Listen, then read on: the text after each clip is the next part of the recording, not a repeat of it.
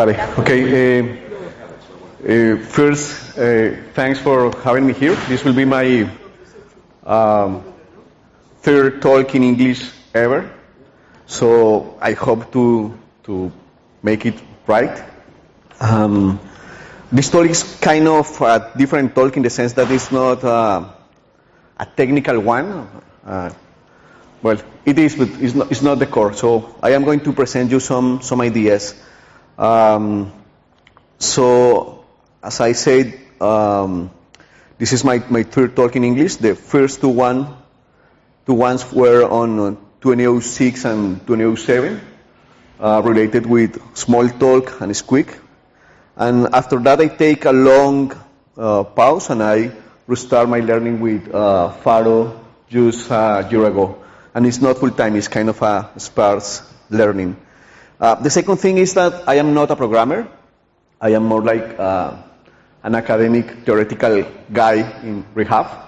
So I am trying to make practical stuff to understand theoretical stuff. Particularly, I am trying to make digital artifacts. So my talk will be about, I don't know, the philosophical question of my PhD. That is about how we can change the digital artifacts that change us.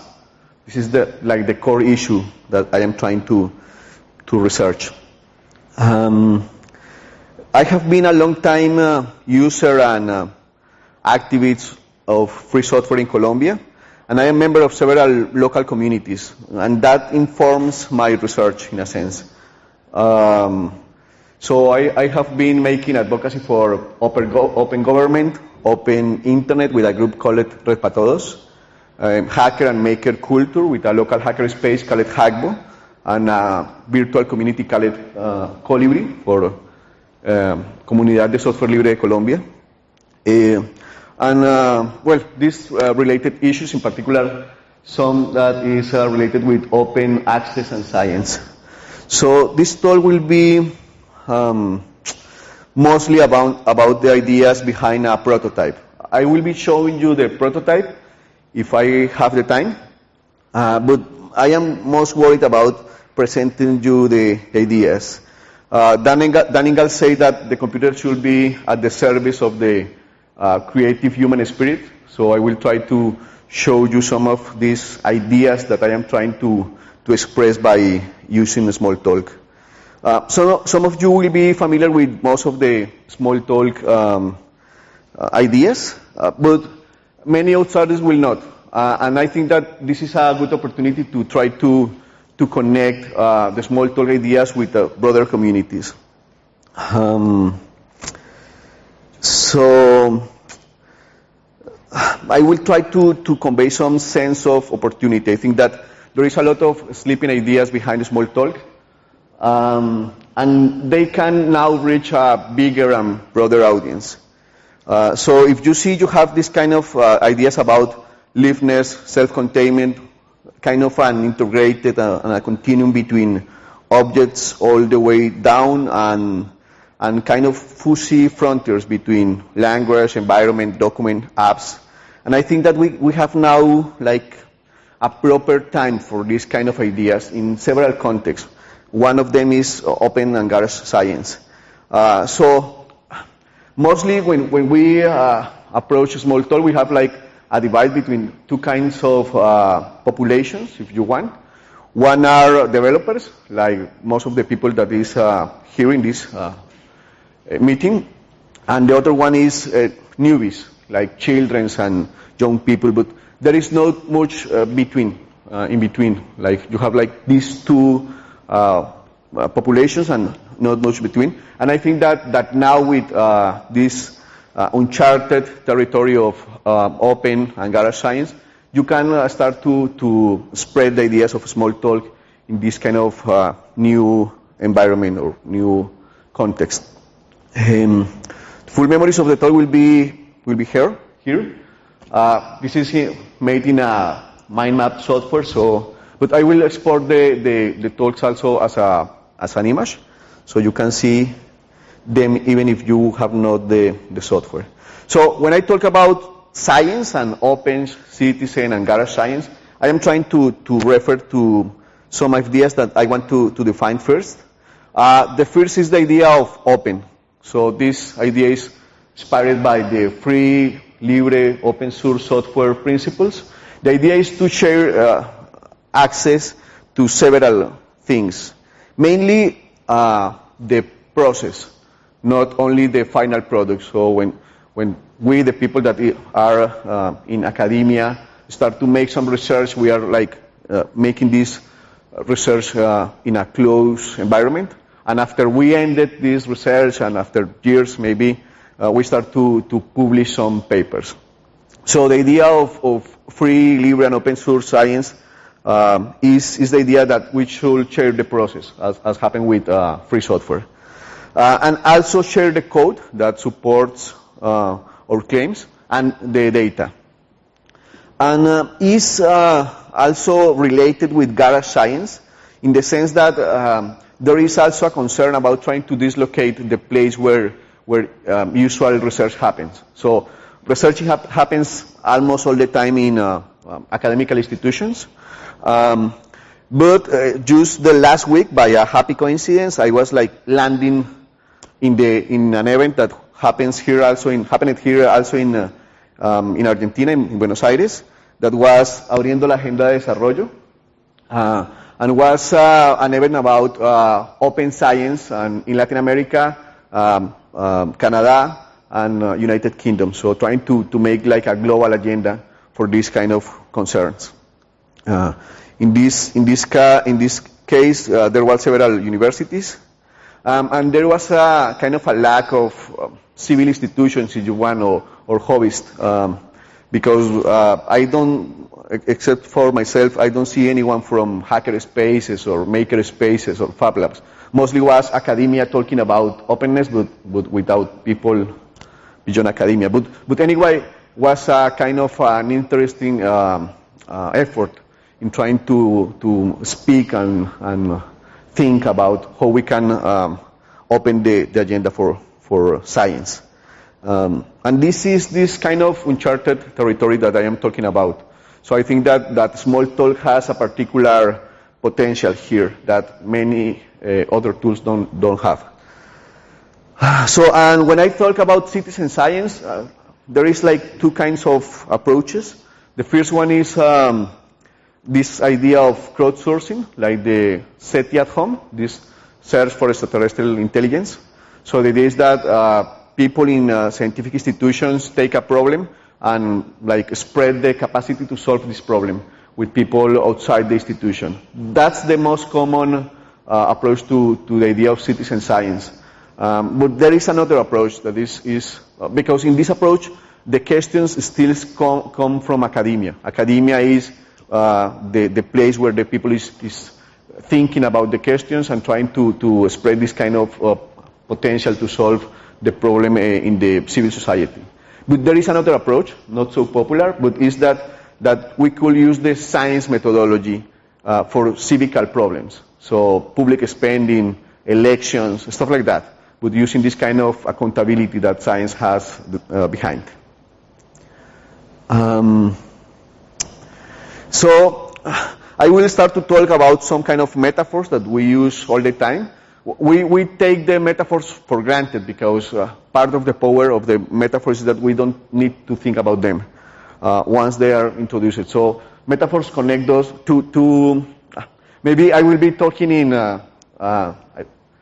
Spanglish, so I will be putting Spanish words in the middle of the talk, but well, anyway, I am just learning. So when we use metaphors, we try to put two meaning systems into talk. And we use metaphor analogy all the time to understand the world.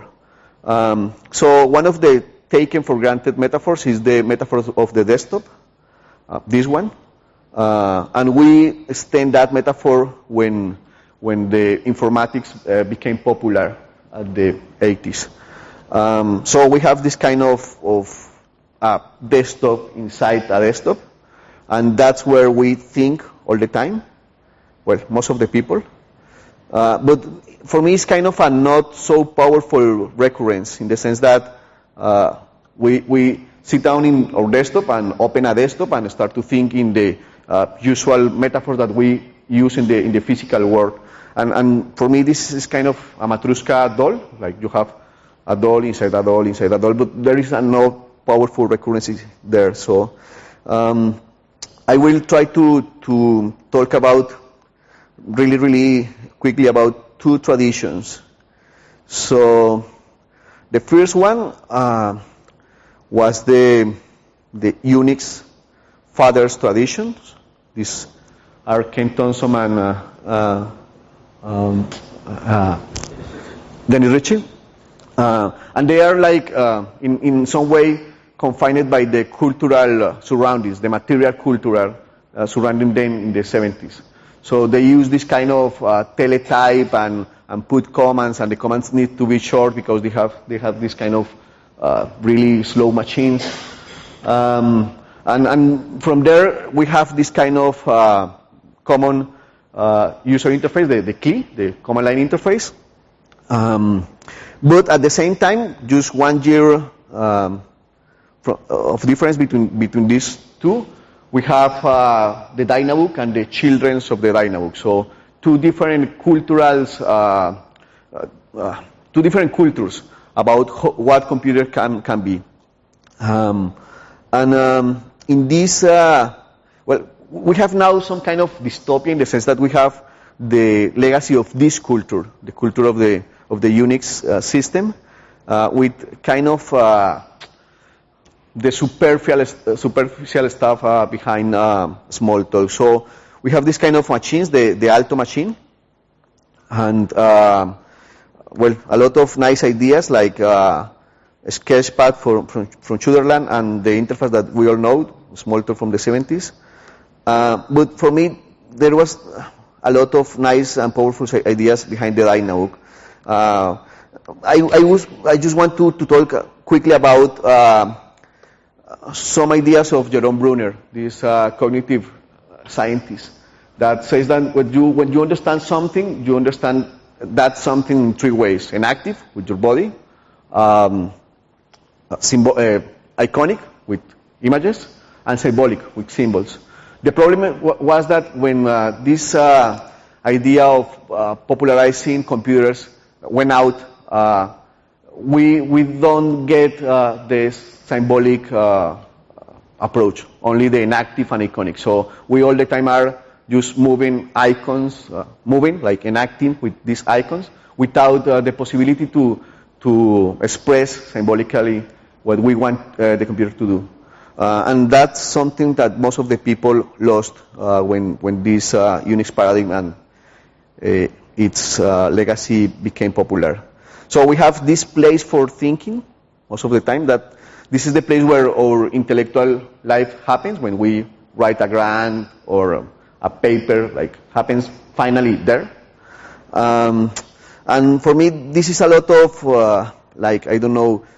crossing metaphors would impoverish it. Like, you have something like a typewriting, but not to focus on words.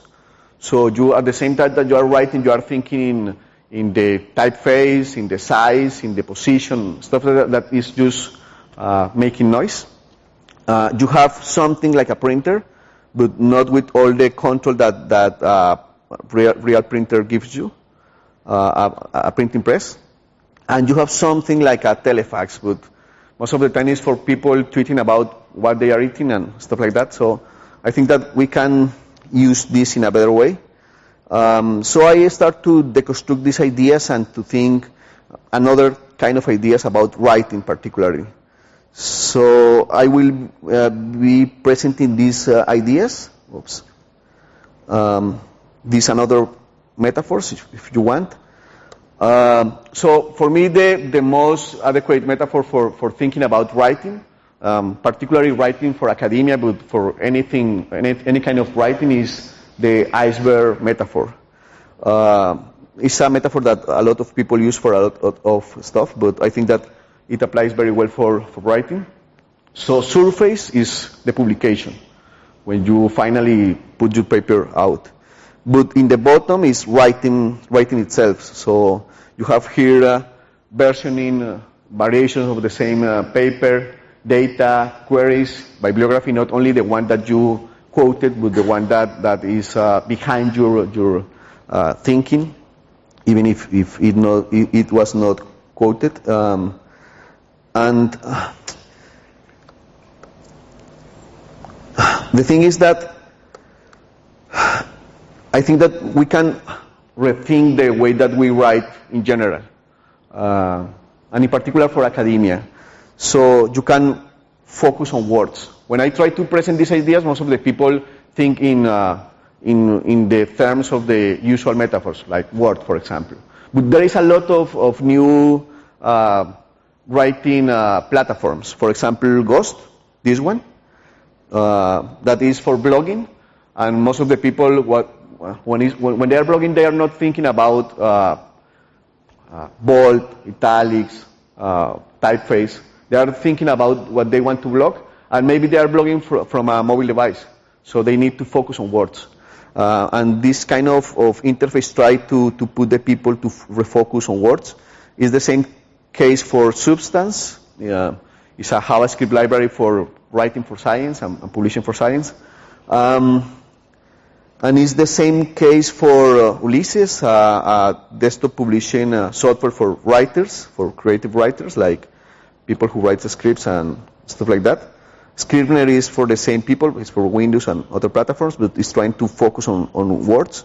And ePython and Jupyter, that is this kind of interactive notebook for writing, and you can collect in the same document writing stuff, data, visualization, algorithms in the same place. So you have different metaphors for thinking about writing. This is one of the things that you can do when you are trying to write for science. And the other thing is that you can think in structure. When you are trying to write something, usually you think in a structure. The first chapter, the introduction, the first idea of the introduction, you are trying to give a structure to your thinking by writing. And there is a lot of tools that make something like that. Leo is kind of, I use it a lot for my thesis. Leo is an outliner, so you start to write like making a tree, an outline, and putting hierarchy, and you can export stuff from there. So it has this idea of the tree. LaTeX, an old known format that tries to put a structure in the front, and TechMax is not really known, but it was a tool that I was using. But I will show you the tools after, because I am like short in time. But anyway, the idea is that I will also like the writing to be interactive. I would like that I can not only write words, but algorithms and take data and scrap data and make all this stuff in the same platform. I would like to make it collaborative. I think that you don't need to think in writing with other people like an afterthought, but it will be in the core of the writing experience. And I would like to be modifiable. So all these tools, I use them in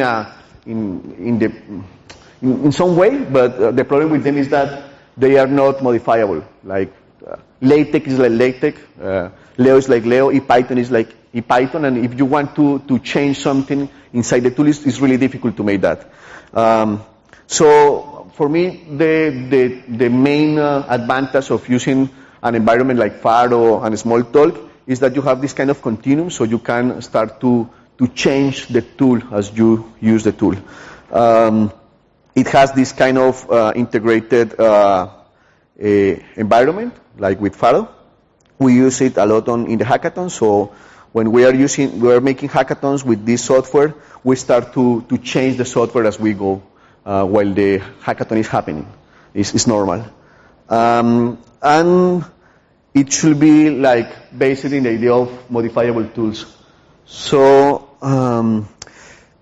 this is a really easy recap of some ideas of the Muse, this kind of distribution of Smalltalk that is made for software analysis. So the people behind Muse says that if you have a problem, you need the proper tool for the problem. You cannot try to solve the same different problems with the same tool. So you need to treat the problem. And the problem we have now with the informatics tool that we use all the day is that, I don't know, we end using the same spreadsheet for things that are different, that they are not only data, they are a lot of stuff, and we use the same tool all the time. So we need a lot of different tools for a set of different tools for different problems. And the problem is that trying to create this kind of variation is, in general, very costly. So it's difficult in general. But you can evitate this if you have this kind of moldable tools. Something that is happening with Faro, Moose, and Agile Visualization, these people from Rosa. Yes? 5 minutes. Oh, okay. Sorry. So I will be going really, really fast now.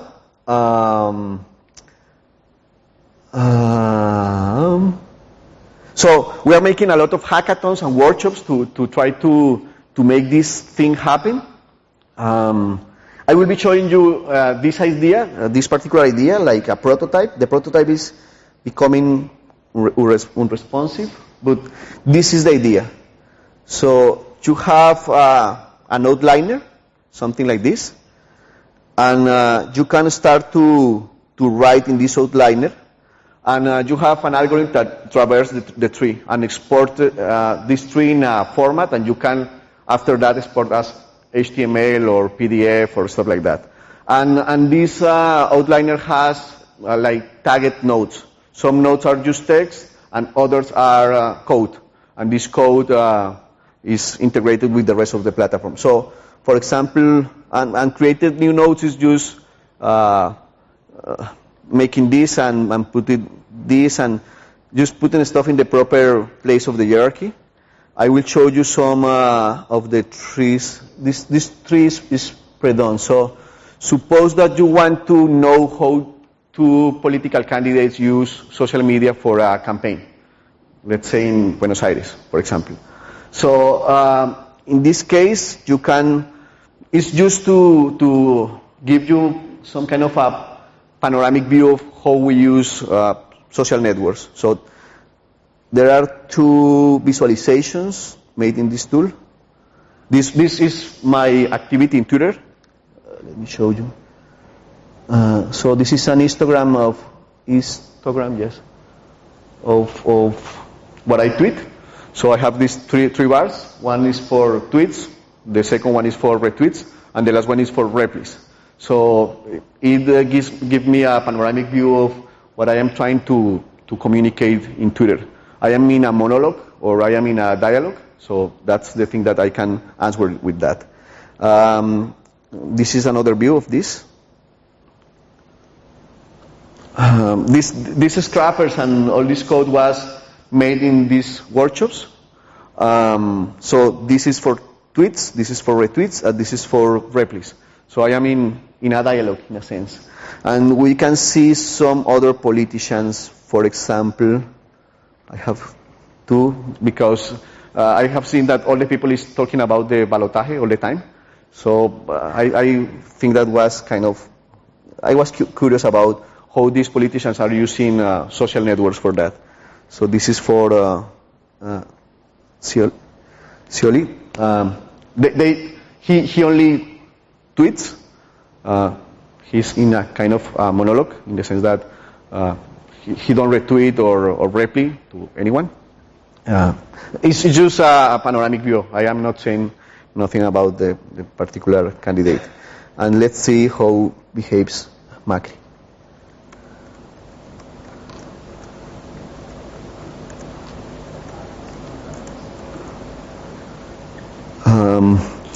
This is a scrapper that is not taking the Twitter API. It's like scrapping the raw data from the HTML. So we have several periods of time. We had like the last 3,000 tweets from a particular profile, a public profile. We don't see this very well, but this is a more spread activity. So he tweets less, but in a bigger period of time. And this is the same thing kind of overview. This is for Macri. So most of the time he's tweeting, few times he's retweeting, and almost 6 answers in 3,000 tweets, 3,000 tweets. And this is for Scioli. Oops.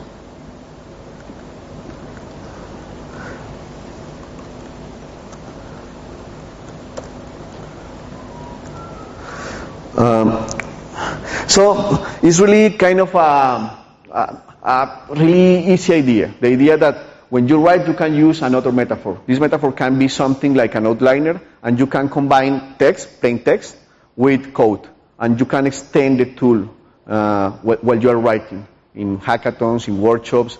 And the fact that these tools can run from a USB drive, are self-contained, are continuous in the sense that data and code are not separated, document, data, and code are not separated. I think that they are in an advantage points in the sense that the people, I think that academia doesn't know how to solve the problem of open science. It's something that they are exploring now. And I think that these kind of tools, where you have this kind of continuum, are like very well placed in this kind of future scenario. So that's the core of my idea. Thank you for having me here.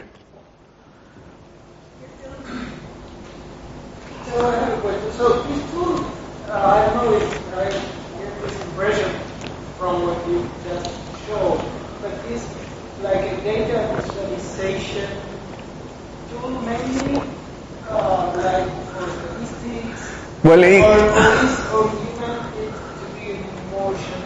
Yeah, more general. The idea is a tool for writing and data visualization, like for these two things. And the fact that you can have like target codes, target nodes, and these nodes behave differently according to the tag, lets you write different stuff. So, for example, I am writing my thesis inside the tool. So I can write complex stuff because I can have something like, for example, invisible nodes. So they are helping me to organize the writing, but they will be not exported as PDF, for example. So you can write general stuff, but this stuff that you're writing can be interactive with these code nodes. So if you tag, So it's more like where you can interact with. Yeah. And the other thing is, this is mainly for authoring, or also for you can export here from here to other formats. Yeah. No. You have like a native format that is really Stone, serializer format for Smalltalk, and you can share notebooks in that format. So if other people has this tool, you can interact with them and create stuff interactively and collaboratively. But you can export in Markdown, and a variation of Markdown, that is Pandoc, the Pandoc one. So Pandoc lets you integrate bibliographic references and export to PDF and export to LaTeX and export to HTML.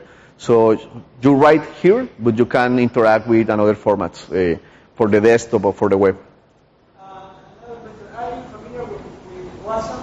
Yeah, in fact, This is like it's very well done. Yeah. I am using Rosal for the visualizations.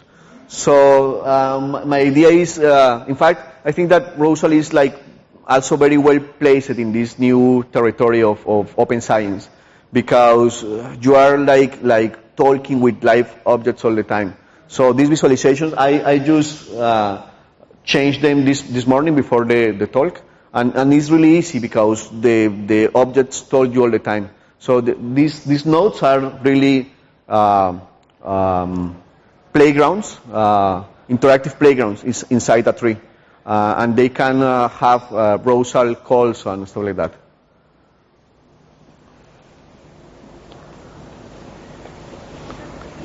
Okay, gracias.